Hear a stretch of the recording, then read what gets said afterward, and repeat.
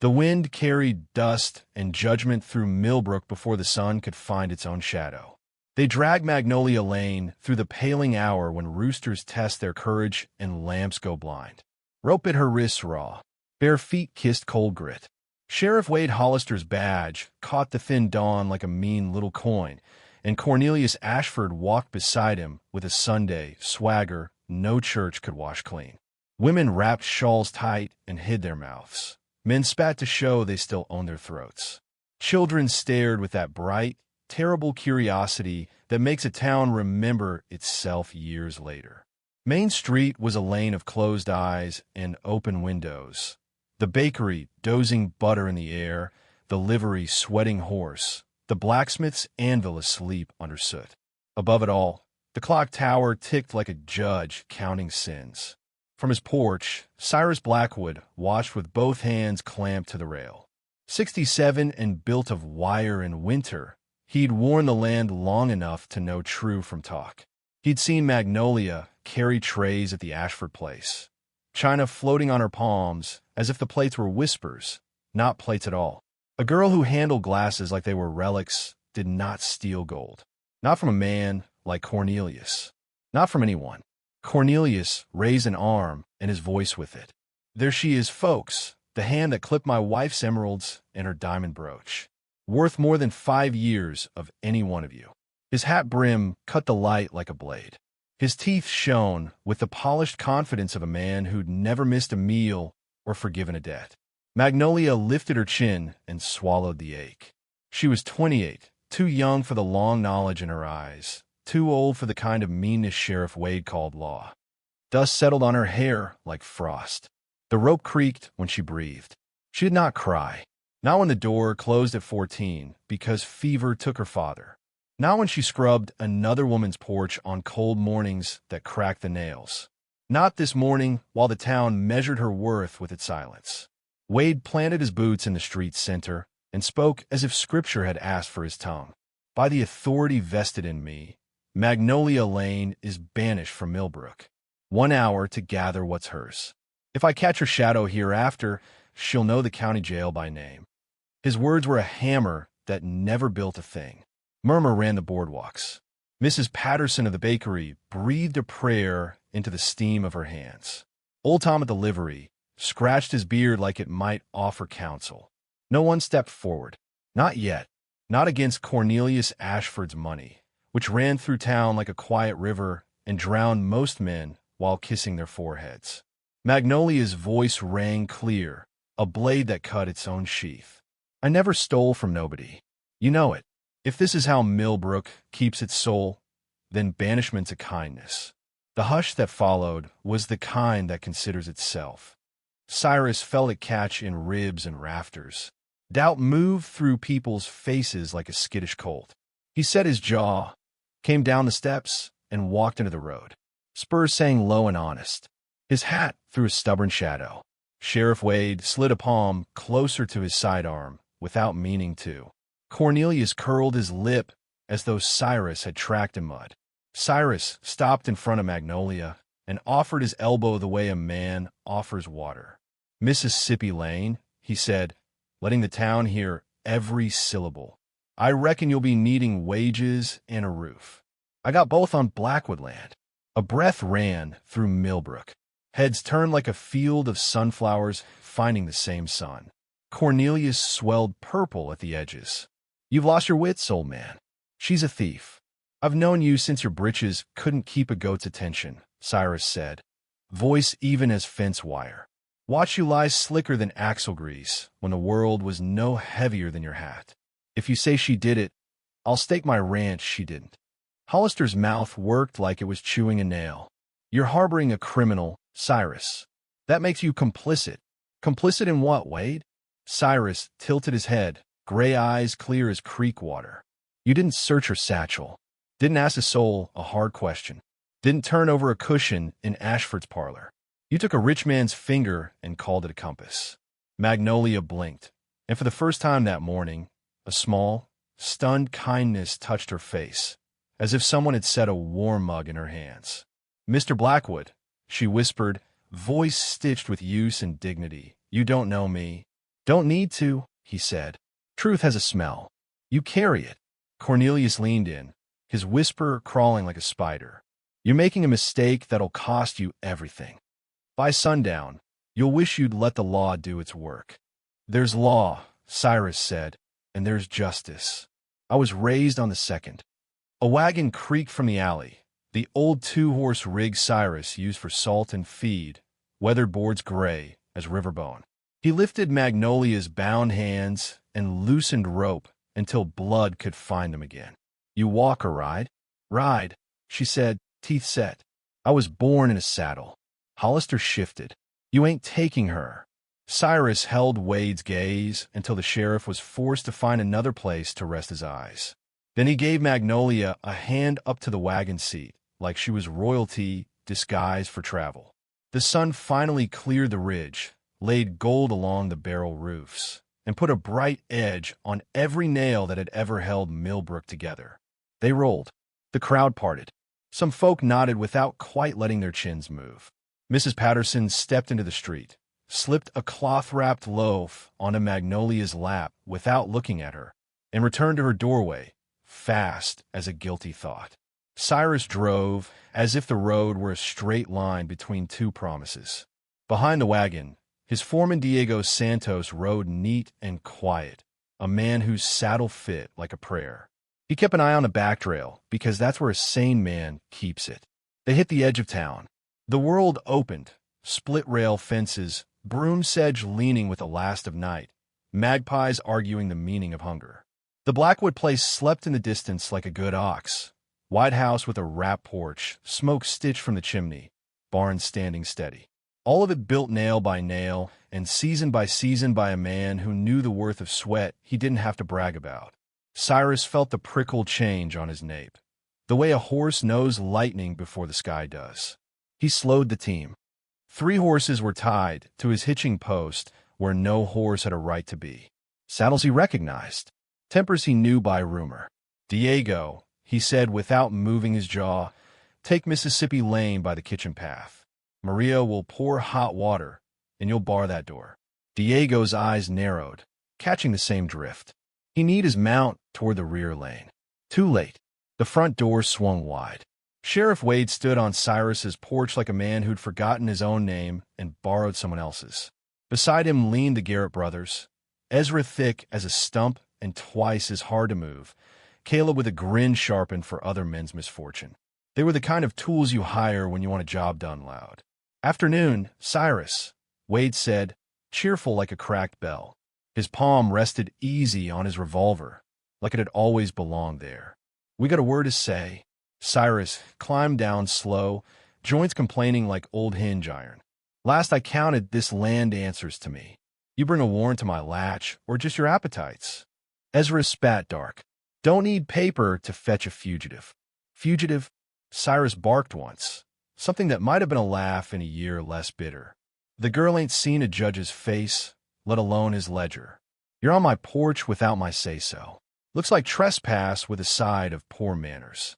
Wade's gaze jittered to the Garretts and back. Whiskey sweat ran bright on his lip. Cornelius swore out a complaint. Says you're in possession of stolen property, namely his wife's emeralds and brooch. Hand him over, and the girl, and we walk away. Search, Cyrus said, lifting both hands a few inches, a man generous with nothing but nerve. Turn the house inside out. Turn out my pockets. Turn out hers. But if you leave my square of earth without what you came for, we'll be speaking about how you wear that badge. The brothers' hands drifted low, as if gravity had decided to help them. Cyrus saw it. Not a search, but a planting. There's a look men have when the lie in their saddlebags is heavier than the truth in their hearts. The air went taut, a bowstring drawn past wisdom. Somewhere, a meadowlark tested one bright note and thought better of it. Don't, a new voice said, cool as creek shade in July. They turned. A tall rider in a black duster stepped from behind the barn, hat brim clipped low, face cut from granite and debt paid in full. His star caught a slender piece of sun and threw it back like a warning. Kane Whitmore, federal marshal. His name traveled 3 counties ahead of him, and honest men met at the gate while the rest bolted shutters. Wade paled. "Marshal Whitmore, we were just investigating." Whitmore finished softly. His eyes measured the scene with a veteran's economy. Two hired guns with their hands too near, a sheriff too wet at the lip, an old rancher holding ground like a fence post in flood. "I've been riding a ring of stolen jewelry 3 states wide," he said.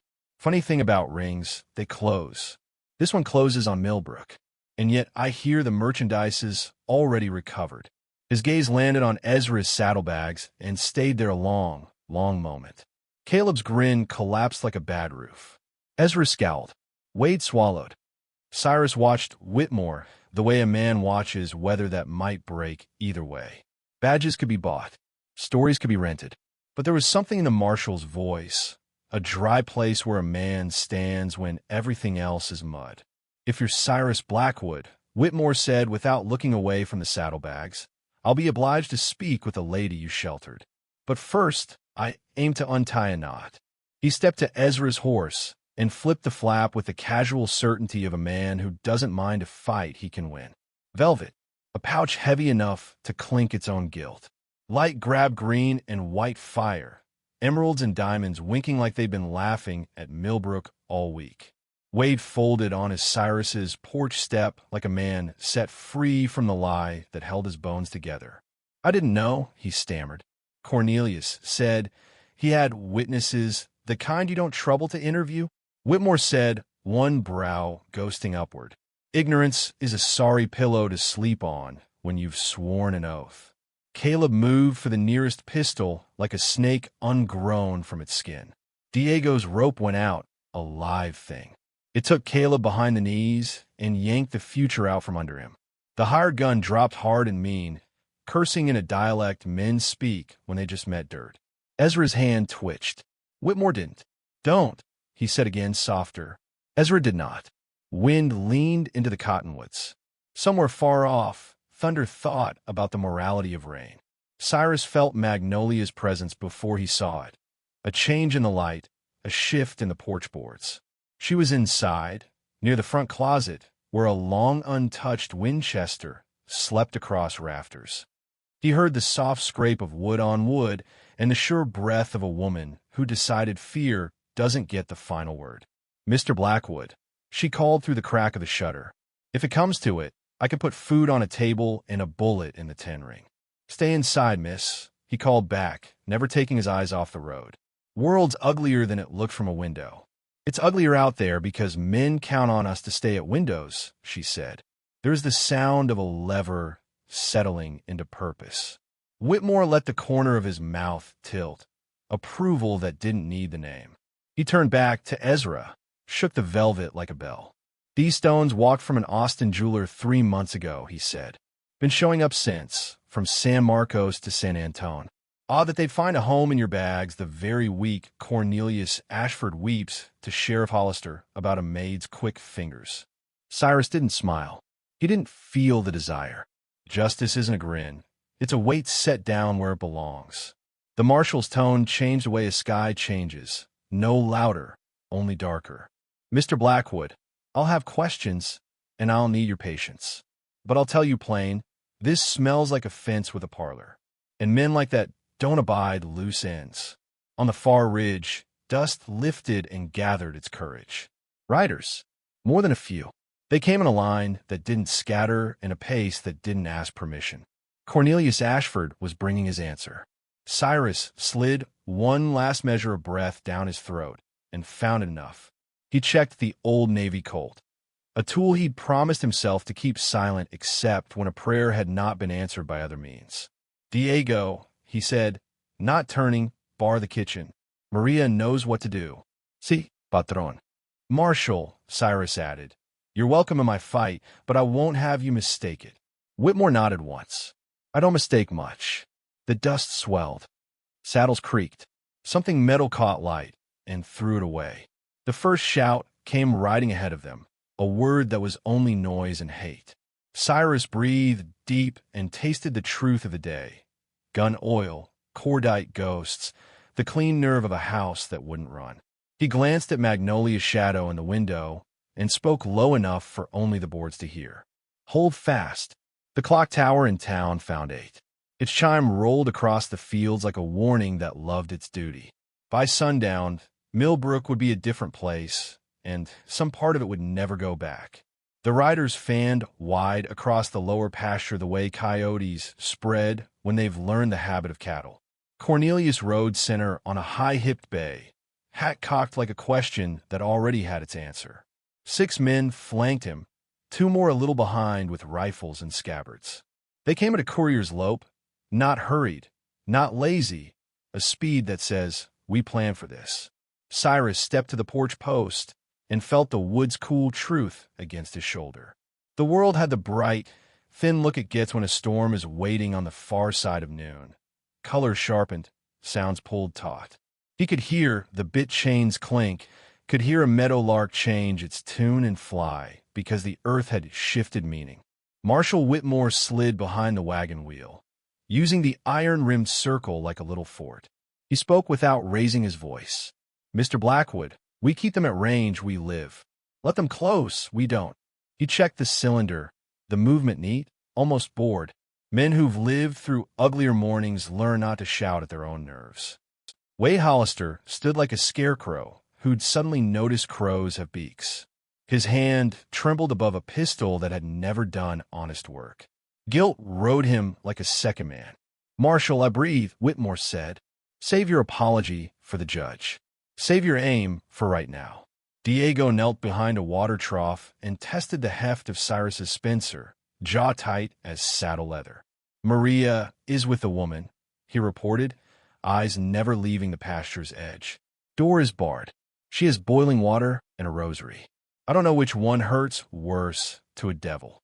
Cyrus almost smiled. "Both, if a man's honest." Cornelius raised a hand.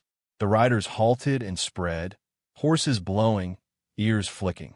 Dust curled around their pasterns like cats. Cornelius's mouth wore the easy charm of a salesman who's already got your coin. He called in a voice that smoothed boards and split principles. "Cyrus, you hauled a lot of beef on my rail lines. Shame to sour good business over a maid with sticky fingers." "Business went sour," Cyrus answered, "the day you salted the truth." A chuckle leaned out of Cornelius's throat. "Truth is what a man can prove, neighbor. Sheriff's writ says Magnolia Lane stole from my house. You got what's mine. Hand her over." The marshal's voice carried clean.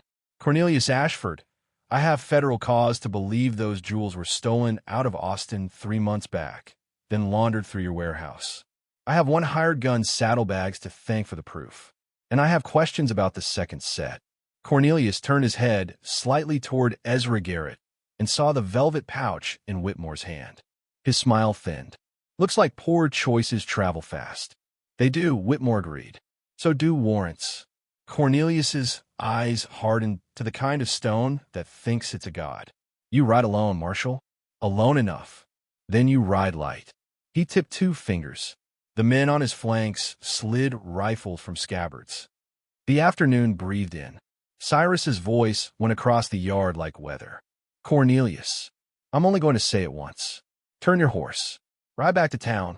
You'll still have your soul when you get there if you start now." "My soul has excellent lawyers," Cornelius said, amused again. "What it doesn't have is patience." He nodded to his nearest man. "Caleb, say hello." The hired gun raised his rifle and jerked backward a half-step, surprised by the sharp pain across his knuckles. The second-story window of the Blackwood house leaked a thimble of smoke. Magnolia's voice came steady as eggs in a skillet. "Next one's your eye, mister." Cornelius's horse danced under him at the crack. He reined it calm and grinned up at the window. "Ah, the nightingale sings."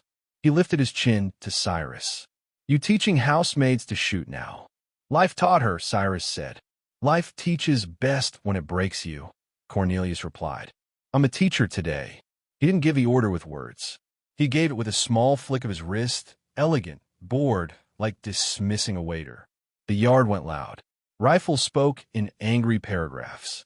Bullets cut splinters and punched dust spurts into the yard like angry gophers. The water barrel next to Diego coughed its heart out and died in a wet collapse. The wagon took 3 rounds through the slats near Whitmore's ear. Cyrus's porch rail shuddered and spat pine needles that were really splinters lit with daylight. Cyrus shot a rhythm he hadn't played in 20 years. 2 count, breathe, 1, find the next, trust the line between sight and bone. A man toppled out of his saddle with surprise on his face, which is the way bad men always meet gravity, as if it owed them respect. Whitmore's colt barked, measured, quick, unexcited. He wasn't trying to impress God. He was marking off names on a list. Diego Spencer answered from the trough with a workman's patience. Uno, he murmured, and then, a heartbeat later, dos. He had a way of talking to numbers that made them behave. The first charge broke on iron will and good angles. The riders wheeled, found cover behind the gate posts and a hay wagon that hadn't earned its fate, and poured fire until their barrels argued for water. Over the racket came Cornelius's voice, cool, instructive, like a father teaching a son to cheat at cards. Push right. Take the flank. Someone light that porch. Diego. Cyrus snapped. I see, the foreman replied, already shifting.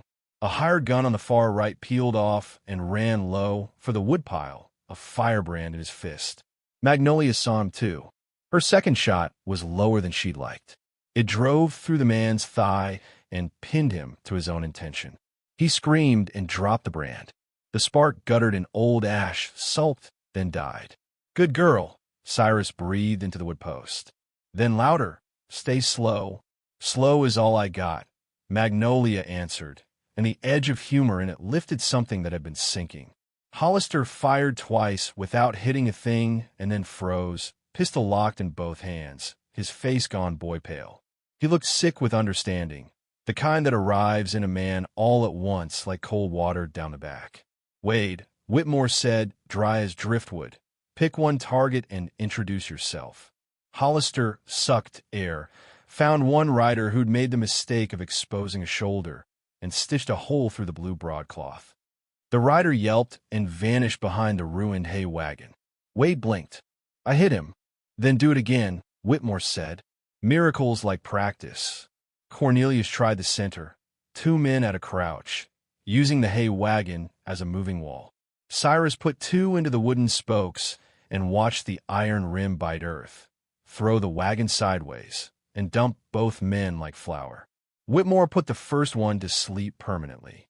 The second rolled, fired wild, and caught the porch column with a round that jumped along the grain and bit Cyrus's cheek like a bee. Cyrus dabbed. Blood. He shrugged and let it fall. A man who's bled for a thing doesn't love it more, but he understands its price. The fight stalled, then surged, then stalled again the way fights do when both sides learn something they didn't want to. The ranch yard reeked of powder and horse and hot pine. The sun went a grade meaner. A hawk circled once and thought better of prophecy. Cornelius reined back 10 paces and took stock. He was not a man who enjoyed arithmetic, but he could do it when the column labeled men started subtracting faster than he liked. He called out, Whitmore, I'll buy you twice your federal wage and a day off every week. Right away. Law don't bargain at gunpoint, the marshal replied. Law bargains every Sunday with sin. I've been in church, Cornelius said, pleasant as coffee with poison in it. Then you learned the wrong hymns, Whitmore said. Cornelius's mouth tightened. Fine. New verse. He lifted his hand again.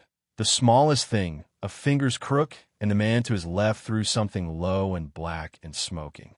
It skittered across hard yard dirt, bumped a porch step, and hiccuped sparks. Tar ball, wrapped in rag and spite. It took breath from the nearest men, because flame tells the honest truth about speed. Diego. Cyrus barked again. But Diego was already moving, jacket flung, boot heel crushing the sputter, hands quick as an altar boy saving a candle. He smothered it and kicked the dead lump back into dirt like a bad idea. He flashed Cyrus a white grin, boyish for a man with gray at his temples. Gracias, Cyrus said. De nada, Diego replied, and then flinched as a round traced hot across his calf and drew a red stripe where there hadn't been one. He hissed between teeth, then re-shouldered the Spencer. I can still dance. From inside the house came Maria's voice, strong and fierce, and aimed at heaven. She prayed in Spanish like she was scolding God into doing his job. Magnolia took the sound the way a soldier takes a flag, something to fix his eyes on when the ground is trying to teach a different lesson. Cornelius's men shuffled, bled, cursed, reloaded. He looked at Cyrus through the bright day and smiled like they were sharing a private joke. "You built something here, old friend. Shame to watch it burn." "You first," Cyrus said. Cornelius laughed. "I like you better in the market. You were always honest about price." "Price is all you've ever known," Cyrus said. "Value's a different church." For a moment, the firing thinned. Men wiped their eyes. Horses shook and blew, offended by the smallness of human quarrels. The wind came across the pasture and brought a gift. Far, faint, but there, the clatter of a wagon and the call of someone urging a team. Whitmore cocked his head. "Hark," he said softly. Cornelius heard it too. He frowned, calculating what he hadn't planned for. He lifted himself in the stirrups and squinted at the ridge road. A shape appeared, a doctor's buggy, hard-driven, dust boiling from its wheels. A man stood up in it to make his horse believe in speed. Black bag bounced. Hat cinched low. Ben Harper, Milbrook's physician, rode like truth rides when it's late. Cornelius swore. "That old fool. He'll break his neck." Cyrus's heart knocked once against his ribs, joyful as a boy who sees rain move toward his father's field. "Doc Harper," he breathed. Whitmore did not smile, but his eyes eased a fraction. The honest always arrive short of breath. Cornelius pointed 2 fingers at the buggy the way a lazy king points at a beggar. "Drop him." A rifle answered from the left flank. Clean shot, sure slope. Magnolia's Winchester talked first. Her bullet clipped the shooter's hat into heaven and took his courage with it. "Doc's under my roof," she called, calm as Sunday pie. "Shoot at him, and I'll stitch your skull to your shadow." Doc Harper hauled on the reins at the yard's edge, horse lathered, buggy wheels chewing ruts. He leaped down with the young man's knees because necessity lends strength that bread can't. "Marshal," he called, voice dry and big and salted with 10 years of giving people back to themselves. "I've got paper you need to read." Cornelius hissed like a stove taking rain. "Shut that man's mouth." Whitmore looked at Cyrus. "Cover him." Cyrus stood and did the thing that makes old bones complain for a week. He stepped in an open yard, shoulder wide, visible to every rifle that had ever been paid to be cruel. He leveled the Colt with the dignity of a man signing his name to his own land grant, and said one word, "No." It is hard to shoot a man who talks the way your father did when he taught you to bridle a colt. One of Cornelius's boys pulled his eye from the sights without meaning to. Another glance to see which way courage leaned today. Those 2 heartbeats were how Doc Harper made it to the wagon wheel, threw his body behind Whitmore's cover, and shoved a paper into the marshal's hand. Cornelius saw the paper the way a gambler recognizes the one card that ruins him.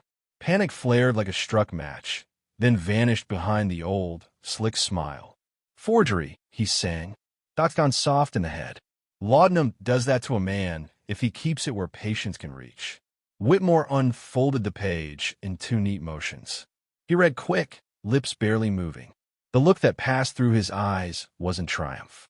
It was something cooler and more dangerous. Confirmation. Mrs. Ashford's hand, the marshal said. Names, dates. Description of a safe behind a false wall.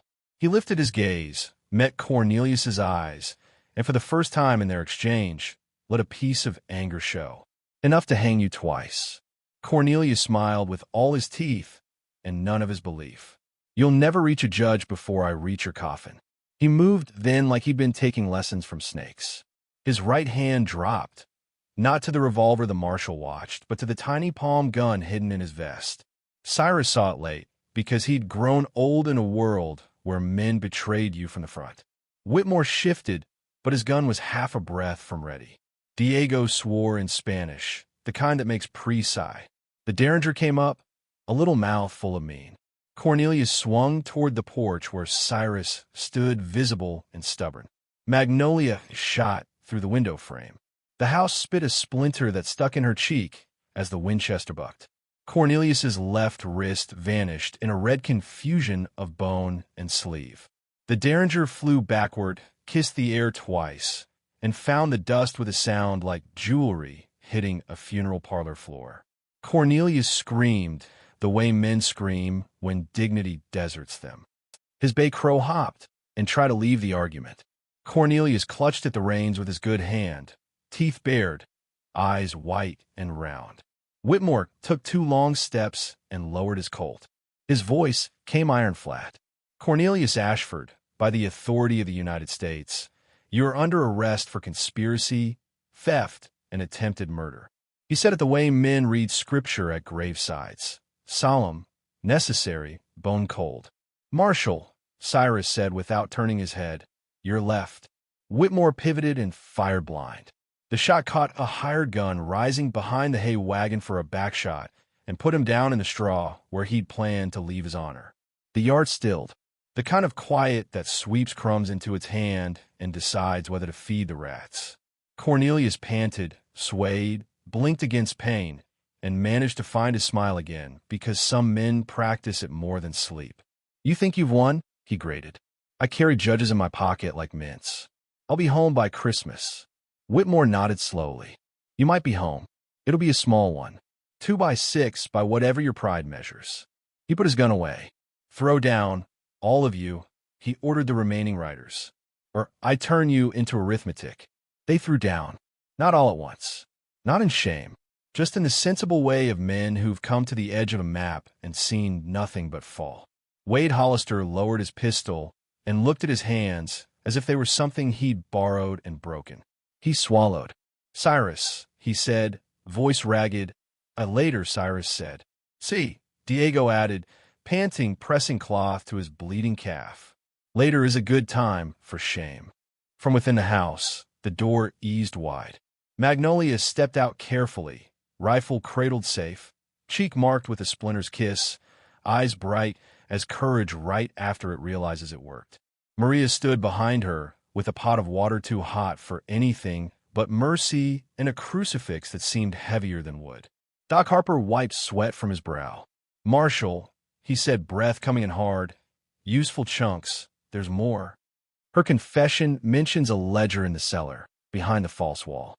There's names stacked in there like cordwood. He's been at this 5 years.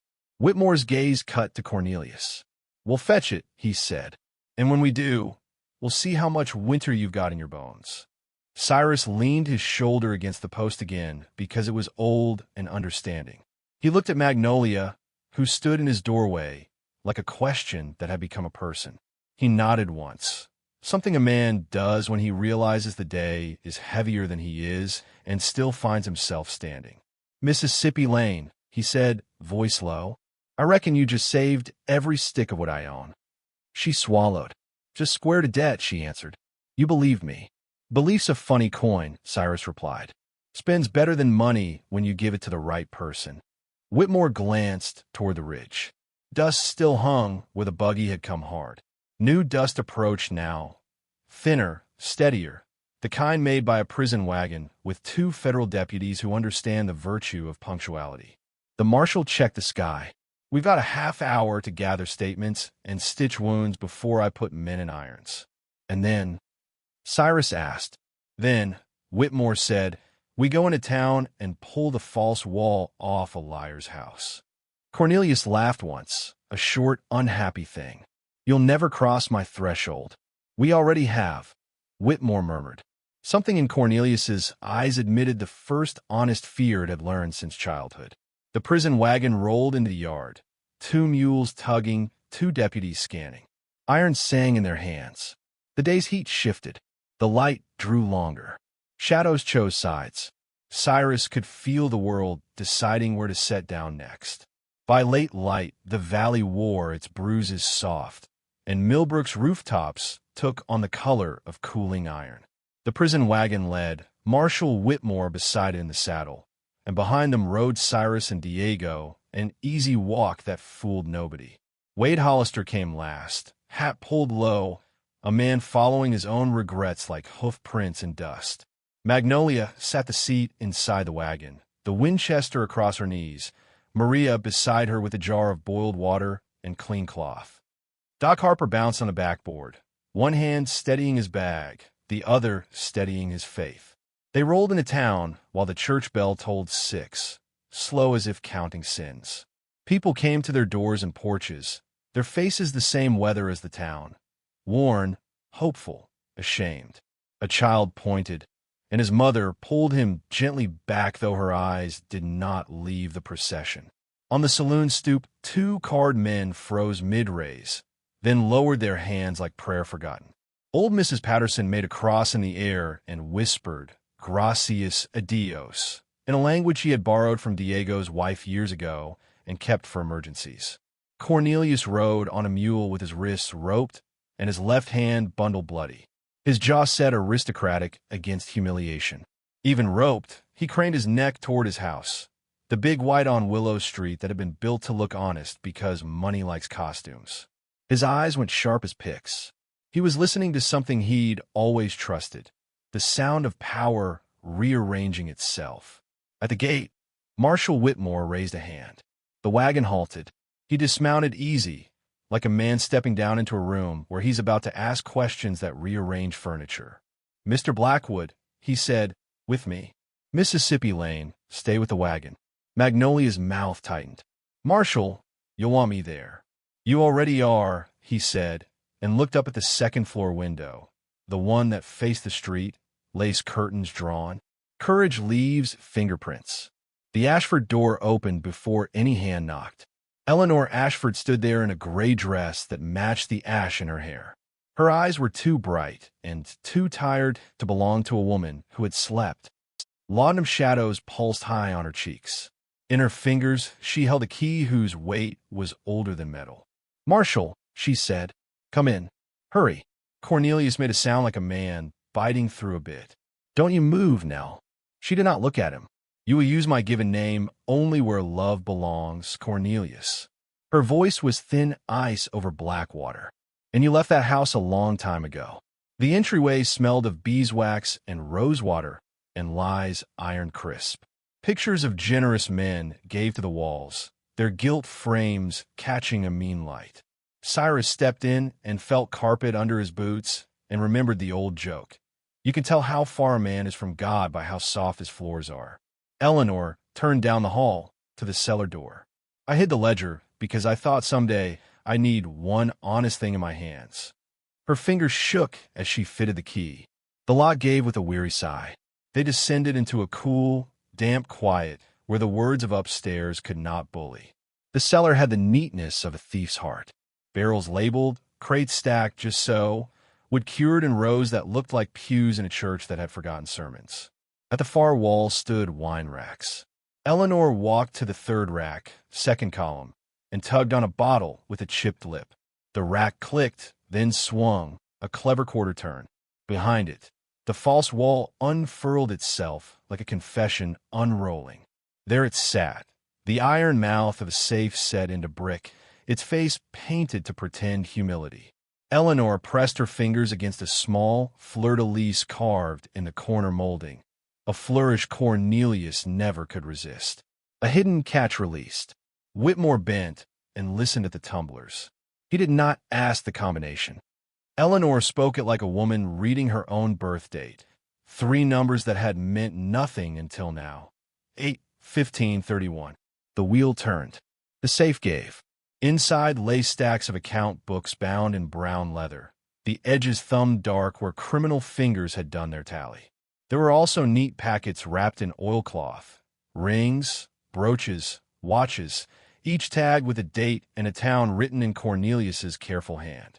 Men who sin for profit don't call it sin in their ledgers. They call it inventory. Whitmore lifted the top book and opened it. His eyes moved fast, the way a lawman's do when he sees the inside of a man for the first time. Names, shipments, payments. The columns were armies. The ink marched straight to the gallows.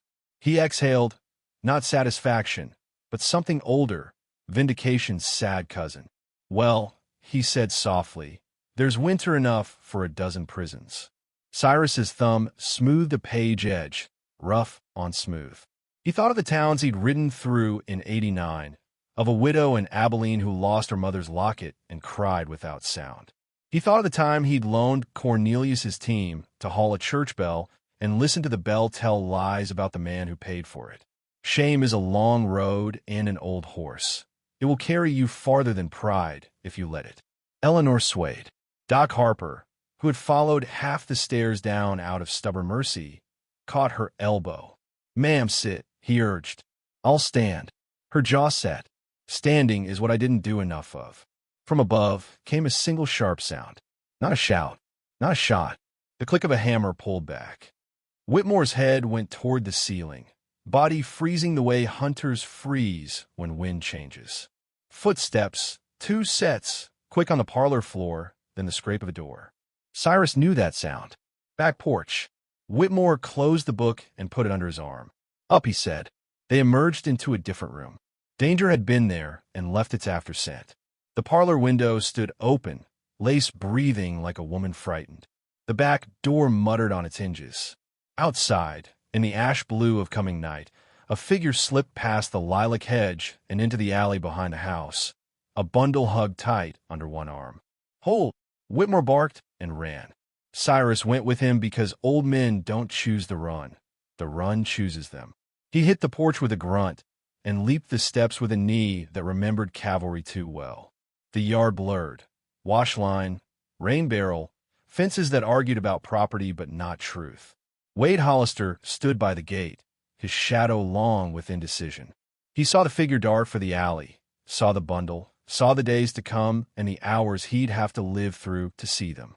He moved without thinking, without orders, his bowels liquid with fear and a fresh, foreign bravery finding his bones. "Stop!" he shouted. The figure spun, pistol already angling from under the bundle. It was Deputy Sykes, the one who drank with Cornelius on Tuesdays and called it tax advice. His face had the mean particularity of a man who has always hit smaller targets. "Out of the way, Wade," he sneered and fired. Wade threw his shoulder into the alley post as the bullet tore his sleeve and traced heat along his arm. He did not stop moving. He did not recognize himself, and it felt like grace.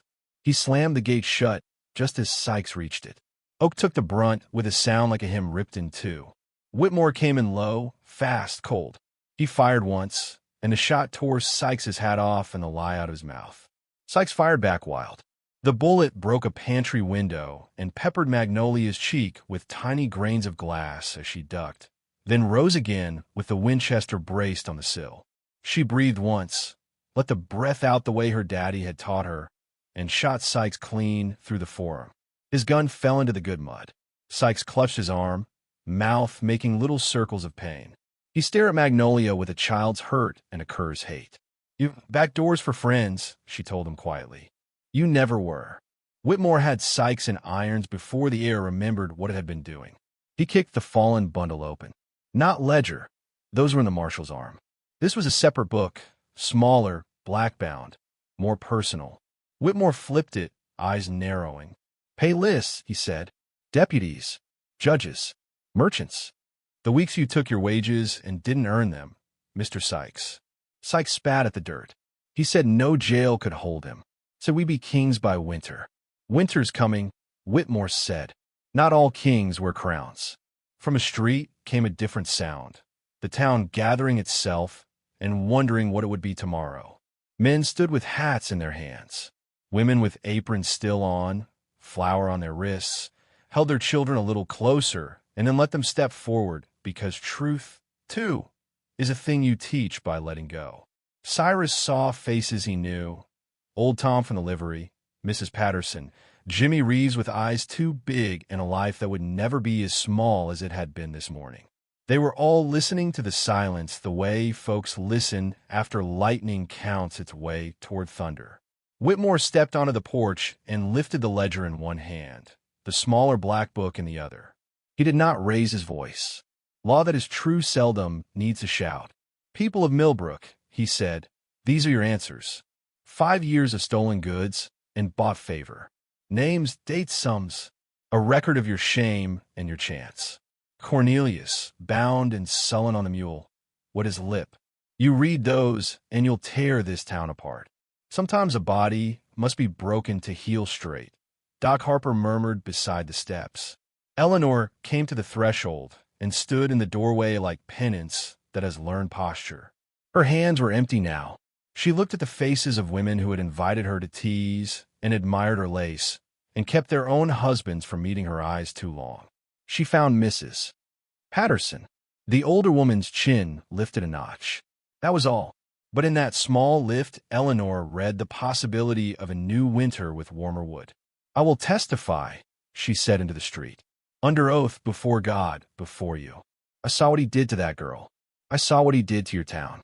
A murmur went through the crowd, startled, sad, hopeful. The sound wheat makes when a wind arrives that carries rain in its pocket. Wade Hollister stepped forward with his badge in his hand. He stared at the star like it was a mirror that had lied to him for years and only now told the truth. He looked up at Whitmore, jaw working. "Marshal," he said. "I want to—" He stopped. He swallowed. "I want to make this right." Whitmore nodded once. The man's arm bled through his shirt. The marshal took the badge, weighed it in his palm, and then put it back in Wade's hand. "You don't make it right by giving up," he said. "You make it right by doing right, loud, long, and in public." Wade stared at the star. For a second, he was a boy again, watching his father lift fence posts after the flood. He pinned the badge back on, crooked, clumsy, honest. He turned to the crowd. "I was a coward this morning," he said. "I believed the richest man because it was easy. The law ain't easy. Not if it's true. I'm sorry." He blew out a breath. "Now I'm going to haul this snake to the jail we got, and then I'm going to help build the one we need." Cyrus watched the faces. Some hardened, some softened. Most did both. That's how towns change. Not all at once, but in little knots of muscle deciding whether to clinch or open.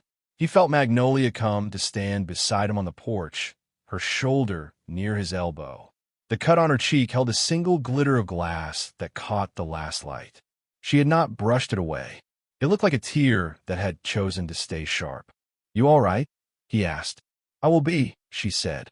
"I ain't half scared of the dark when I know which men are holding lamps." He chuckled, then winced as the bee sting in his cheek reminded him he'd bled for the day. "I knew a preacher once," he said, "who said the Lord keeps two ledgers. One for sins, one for the time somebody stood up when they could have sat down." He looked at the girl and the crowd and the marshal and the woman in the doorway and the sheriff learning the taste of remorse. "I reckon Milbrook just wrote a page in the second book." Cyrus Blackwood. Mrs. Patterson called, apron still dusted white. "You bringing that girl to church Sunday?" "If she's willing," Cyrus said. Magnolia's smile was small and ferocious. "I'll come. Might sit near the back. Might watch who looks away when the preacher says justice." "Sit where you like," Cyrus said. "The Lord don't measure pews." Whitmore turned to his deputies, who had moved up from the wagon as evening thickened. "Chain him," the marshal ordered, nodding at Cornelius. "Sykes too. Keep eating siparach. Shame spreads like yawns." A deputy lifted Cornelius down with less care than wealth is used to. Cornelius found his feet like a cat finds indignation. He spit towards Cyrus and missed. "You'll be nothing," he hissed. "When my friends hear this, they'll squeeze you till your ranch is dust." Cyrus's answer was soft enough that a man had to lean in to hear it. Cornelius did. "Land was dust before it was mine," he said. "It will be dust after I'm gone. I just promised that I'd be a good steward in between." Cornelius blinked, confused by a kind of wealth he couldn't appraise. He opened his mouth to gather the words that had always bottomed him out of consequence, and found none came. For the first time since he'd learned to lie with numbers, silence billed him. The jail took them in with the scrape of iron and the smell of old straw. Whitmore set the ledgers on the sheriff's desk and stacked them neat as the 10 Commandments. He signed the inventory with a hand that did not shake and then slid the smaller black book across to Wade. "Start at page 1, he said. "Call each name. If they're in this room, they'll step forward. If they're not, we'll send riders." Wade looked at the book like a man looks at a river he must cross in winter. He set his hand flat on the cover. "Yes, sir." Outside, night took Milbrook softly. Lanterns pricked to life. A fiddle started lone and stubborn in the saloon, tried for a happy tune, and found instead something like gratitude. Maria guided Magnolia to Doc Harper's office, fussing the way saints fuss. Diego sat on the boardwalk and let Cyrus pour whiskey on his calf, because men who work together are permitted to swear at each other while doing kindness.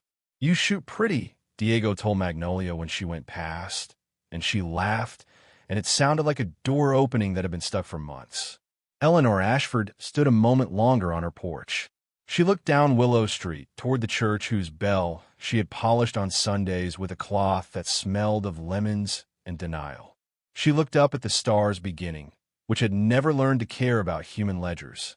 She closed her door not like a woman shutting out the world, but like a woman pulling it steady on its hinges so it won't bang when a night wind rises.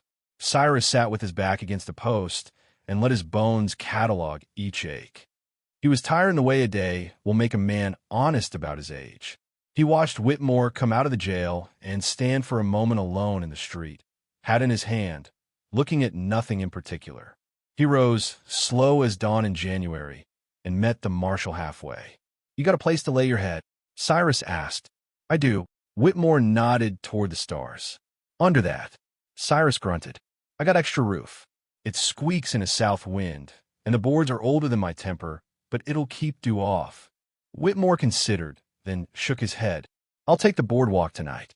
Towns are like colts the day you take a burr out from under the saddle. They twitch at every shadow. Sometimes it helps if a badge is the last thing they see before they sleep and the first when they wake." Cyrus respected that. "You talk like a man who married solitude on purpose." Whitmore's smile was a small, private thing. "I courted. Never gave my word." He slid his eyes toward Cyrus, then toward the doctor's window where Magnolia's silhouette passed once, a lamp glow behind her. "She'll need you for a spell," he said. "Town will need you longer." Cyrus sighed through his nose. "A rancher who goes to meetings ain't much use at branding come spring." "Then make them meet at your place," Whitmore said dryly. "Brand their consciences while you're at it." The two men stood quiet a time. Night deepened, generous and close. Somewhere a coyote wrote a love letter to the moon and misaddressed it to chickens. The air smelled of creosote and coffee and a powder smoke that had given up and gone to bed. "Marshal," Cyrus said at last. "Mr. Blackwood." "You ever get tired," Cyrus said, "of being right alone?" "All the time," Whitmore answered. "That's why I keep a ledger of the days I wasn't." Cyrus smiled. "Maybe we wrote one today." Whitmore put his hat back on. "Maybe we did." Dawn came quiet over Milbrook the next morning, not triumphant but humbled, like the sun itself chose to rise slower so as not to disturb the town's new beginning. A thin mist hung low along the creek, catching gold at the edges as it drifted. Roosters crowed late. The wind carried the faint scent of horses and wood smoke, but for the first time in years, it did not carry fear. Cyrus Blackwood walked the porch of his ranch with a cane he didn't need but allowed, just this once. A long night's stillness had settled into his bones, the good kind, the sort of man earns by standing when he might have run. Beside him, Diego leaned against a post, bandaged leg raised on a small crate. Maria sat on the step below, mending a shirt with thread and prayer in equal measure. Down the path, toward the barn, Magnolia Lane stood in the yard, staring across the morning fields. She held a cup of coffee in both hands like it was something sacred. Her hair was loose, wind touching her face. The thin line where glass had kissed her cheeks shone pale and proud. When she breathed, her shoulders finally rose without fear carrying them. Cyrus walked down the steps and joined her. They both looked toward the pasture where calves wandered sleepy beside their mothers, where fence rails stood straight and honest, and where yesterday's gunfire had already begun to fade into memory. Not forgotten, but forgiven by the land. "You did a brave thing," Cyrus said quietly. "So did you." Magnolia's voice was soft, steady as new rope. "But bravery ain't courage.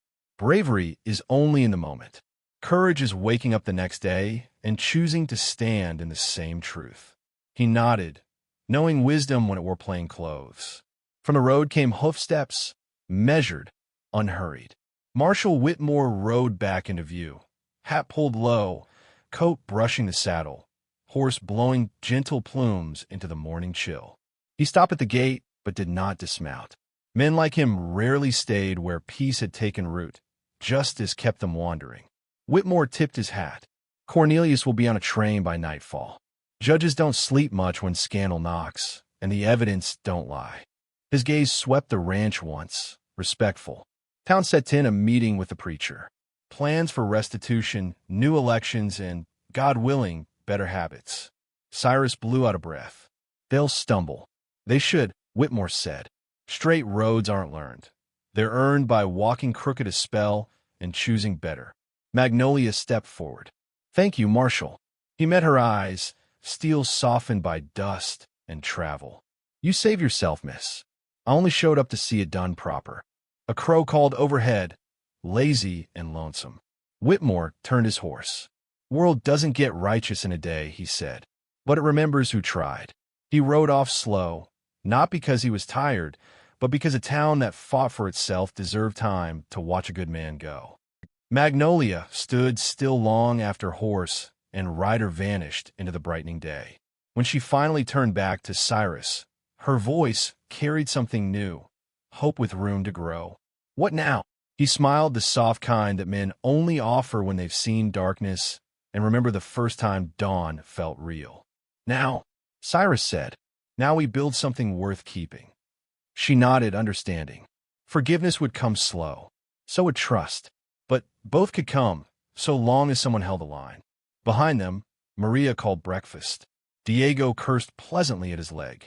Chickens clucked like gossiping saints. The ranch stirred to life. Milbrook would too, soon enough. Cyrus offered Magnolia his arm, not as a rescuer, not as a guardian, just as a man walking beside another who earned her own mourning. As they headed inside, the wind shifted slightly, lifting dust and memory alike. And from somewhere deep in the soil of the West, a truth settled itself. Some justice comes on horseback, but the kind that last walks in on two tired feet and stays to mend fences. Milbrook had learned it. Magnolia Lane had lived it. Cyrus Blackwood, stubborn as a fence post and twice as rooted, had stood witness to it. And in the quiet that followed, the land breathed easy, because justice had not only been done, it had stayed.